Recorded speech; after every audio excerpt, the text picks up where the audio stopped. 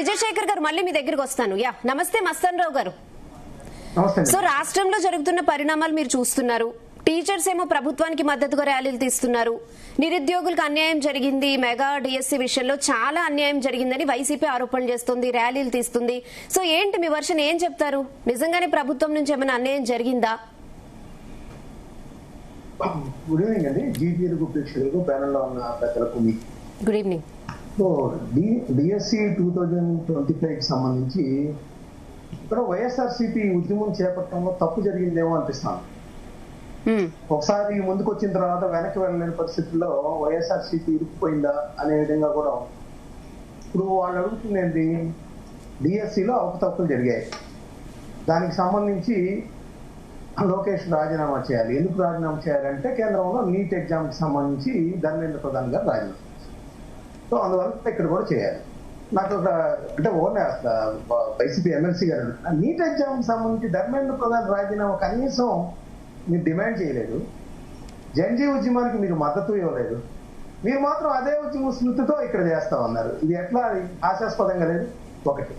రెండోది ఏంటంటే, ప్రభుత్వం ఐఏఎస్లు ఎవరైతే డిఎస్సి నిర్వహించారో అజయ్ జైన్ గారు, అదేవిధంగా అదే స్పోర్ట్స్ కు సంబంధించి, అదేవిధంగా కోన శేస్తర్ గారు, వాళ్ళిద్దరూ సచివాలయంలో ప్రెస్ మీట్ పెట్టి జగన్ గారి దగ్గరికి ఎవరైతే అభ్యర్థులు వచ్చారో కేసు టు కేసు వాళ్ళందరూ కూడా ఎక్స్ప్లెయిన్ చేశారు. ఇంకోటి ఏంటంటే, ఒక 24 గంటల పాటు మేము ఇక్కడే ఉంటాం, ఎవరైనా రాజకీయ పార్టీ నాయకులు రావచ్చు, లేకపోతే ఉపాధ్యాయ సంఘాలు రావచ్చు, లేకపోతే అభ్యర్థులు, అన్యాయానికి గురైన అభ్యర్థులు రావచ్చు, మేము నివృత్తి చేస్తాం వాళ్ళకి సంబంధించి అనేది పెట్టారు. ఇంకోటి కూడా ఏం చేసిందంటే, గతంలో ఎప్పుడు చేయింది అంటే గ్రామ సచివాలయాలు ఉద్యోగాలు భర్తీ అప్పుడు కూడా 1,30,000 చేసినప్పుడు కూడా జగన్ గారు కూడా ఎక్కడ వెబ్సైట్ లో పెట్టలా ఓపెన్ గా. ఇప్పుడు ఈ ఉపాధ్యాయ డిఎస్సికి సంబంధించి 2025 ఎప్పుడైతే ఉందో, ఎవ్రీ క్యాండిడేట్ కి సంబంధించి కూడా వాళ్ళ మార్కులు, వాళ్ళు ఎందుకు రాలేదు, ఎందుకు వచ్చింది అనేది కూడా కేటగారికల్ గా పెట్టిన పరిస్థితి. రెండోది ఏంటంటే, ఫస్ట్ లో ఈ డిఎస్సి మీద చెప్తానండి, అసలు కమ్మాళ్ళకి మాత్రమే ఉద్యోగాలు చేసుకోవాలని చెప్పేసి ఇదే వైఎస్ఆర్సీపీ గతంలో ఆరోపించింది. దానికి ప్రభుత్వం వచ్చేసేసి తేటతెల్లంగా ప్రకటించేసరికి మళ్ళీ దానిలో వ్యాఖ్య దగ్గారు. సో ఇంకోటి రెండోది ఏంటి, వైఎస్ఆర్సీపీ మొదట ఆరోపించినట్టుగా సరే ప్రభుత్వం నుంచి స్పందన అంతకు రాకపోవడంతో జగన్ గారు ప్రెస్ మీట్ తర్వాత హైకోర్టుకి వెళ్ళింది. హైకోర్టుకు వెళ్తే అసలు ఆధారాలు లేకుండా మీరు ఎలా వేగ్గా వేస్తారని చెప్పేసి ఫస్ట్ లోనే డిస్మిస్ చేసింది హైకోర్టు. సరే 20 రోజులు అయిన తర్వాత ఆధారాలతో వచ్చామని చెప్పేసి వాళ్ళ ఎమ్మెల్సీ పర్వతరెడ్డి చంద్రశేఖర్ రెడ్డి గారు కూడా వచ్చారు. కానీ వాటిలో కూడా ఎక్కడా కూడా అభ్యర్థులు తాము పలానా విధంగా అన్యాయానికి గురయ్యామని ఒక అభ్యర్థులు కూడా వీళ్ళు మెన్షన్ చేయలేదు, వాళ్ళని పేర్కొనలేదు. రెండోది ఏంటి, ఎవరైతే ఫేక్ సర్టిఫికెట్ల ద్వారా ఉద్యోగాలు పొందారని వైఎస్ఆర్సీపీ ఆరోపిస్తుందో వాళ్ళలో ఒక 10 మంది పేర్లు చెప్పండి అని అడిగింది. సో హైకోర్టుకి చెప్పలేకపోయారు.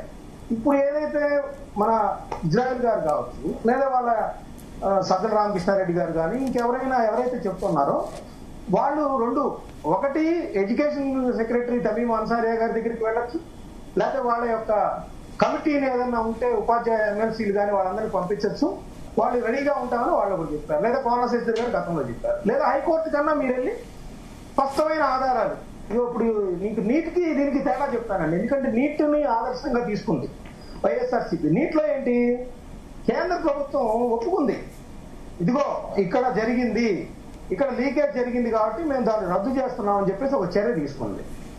ఆ తర్వాత రీ ఎగ్జామ్ పెడుతున్నామని ఆ కోర్టుకు కూడా తెలిపిన పరిస్థితి ఉంది, అదే అభ్యర్థులకు కూడా తెలిపిన పరిస్థితి ఉంది. ఇక్కడ ఎక్కడా కూడా అటు గవర్నమెంట్, ఎందుకంటే వీళ్ళు ఉద్యమం చేపట్టింది ఇప్పుడు చెబుతున్నారు కదా 70 రోజుల క్రితం ఇప్పుడు నుంచి అని. అసలు 2000 ఏప్రిల్లో ఇచ్చారు, 2025 ఏప్రిల్ నోటిఫికేషన్ ఇచ్చారు, 2025 సెప్టెంబర్ నియామకాలు పూర్తి చేశారు. పెద్ద ఎత్తున బహిరంగ సభ పెట్టి నియామక పత్రాలు కూడా అటు ప్రభుత్వం, ముఖ్యమంత్రి, ఆ మంత్రులందరూ పాల్గొందా అందజేసిన పరిస్థితి ఉంది.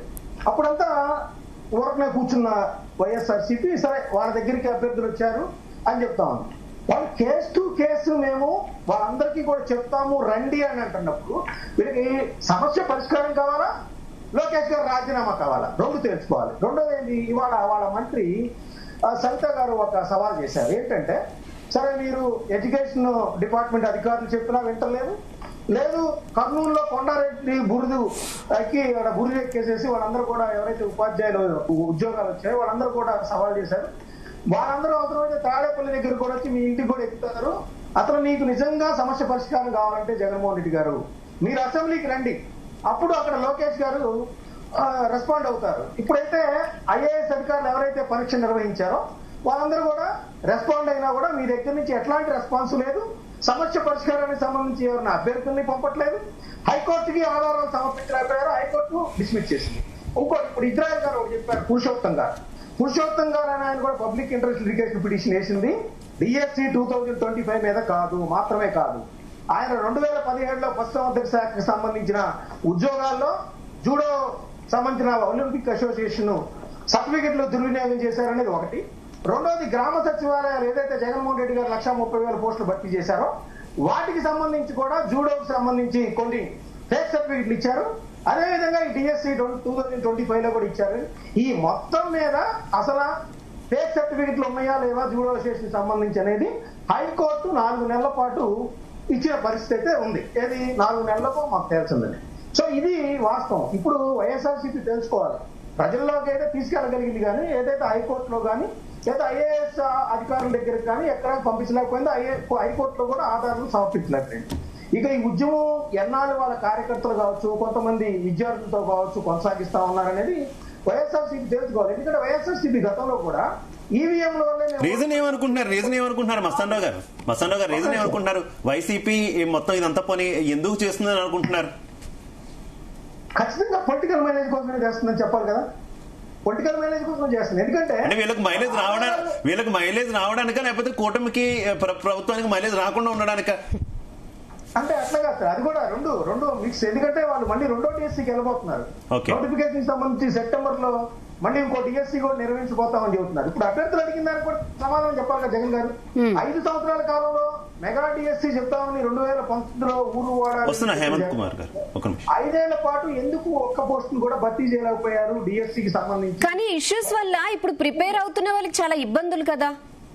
ఖచ్చితంగా అండి. అదే ఇప్పుడు రాజకీయ పార్టీలు ఇంకోటి కూడా ఇక్కడ ఒకటి చెప్పాలండి, అసలు ఉపాధ్యాయ సంఘాలు కానీ ఎస్ఎఫ్ఐ ఏఎస్ఎఫ్ఐ కానీ కమ్యూనిస్ట్ పార్టీకి సంబంధించి కానీ ఎవరు కూడా ఈ ఉద్యమంలో భాగస్వాములు కావట్లేదు. ఇక్కడే అనేక అనుమానాలు. ఇప్పుడు కాంగ్రెస్ పార్టీ కూడా దీన్ని వ్యతిరేకిస్తుంది. ఇది ఎక్కడ అవకాశం జరగలేదని కాంగ్రెస్ పార్టీ కేంద్ర మాజీ మంత్రి చింతామోహన్ గారు, అదేవిధంగా జేపీపీ పార్టీకి సంబంధించి గతంలో ఆయన శ్రావణ్ కుమార్ గారు కూడా వైసీపీకి సపోర్ట్ గా మాట్లాడేవాడు. ఈ విషయంలో మాత్రం నేను వైసీపీ అడిగినా కూడా నేను కోర్టులో వేయలేదని కూడా చెప్పారు. సో వైఎస్ఆర్సీపీ తెలుసుకోవాలి ఇప్పుడు ఈ ఉద్యమాన్ని ఎలా కొనసాగుతుంది. సో విజయశేఖర్ గారు చెప్పినట్టు ఎవరు వెళ్ళినా క్లారిటీ ఇస్తున్నారు. అయితే అభ్యర్థులు ఎవరు వెళ్ళినా క్లారిటీ ఇస్తున్నారు. ఇప్పుడు కూడా రమ్మంటున్నారు వాళ్ళు. ఇప్పుడైనా మీరు వస్తారంటే మేము రెడీగానే ఉంటున్నారు. అక్కడికి మాత్రం వైఎస్ఆర్సీపీ ప్రతినిధి బృందాన్ని పంపించట్లేదు. హైకోర్టులో కూడా సో ఓవరాల్ గా అయితే మినిస్టర్ లోకేష్ టార్గెట్ కి రాజకీయం నడుస్తుంది అనుకోవాలా? ఖచ్చితంగా నడుస్తుంది. ఓకే హేమంత్ కుమార్ గారు మీరేం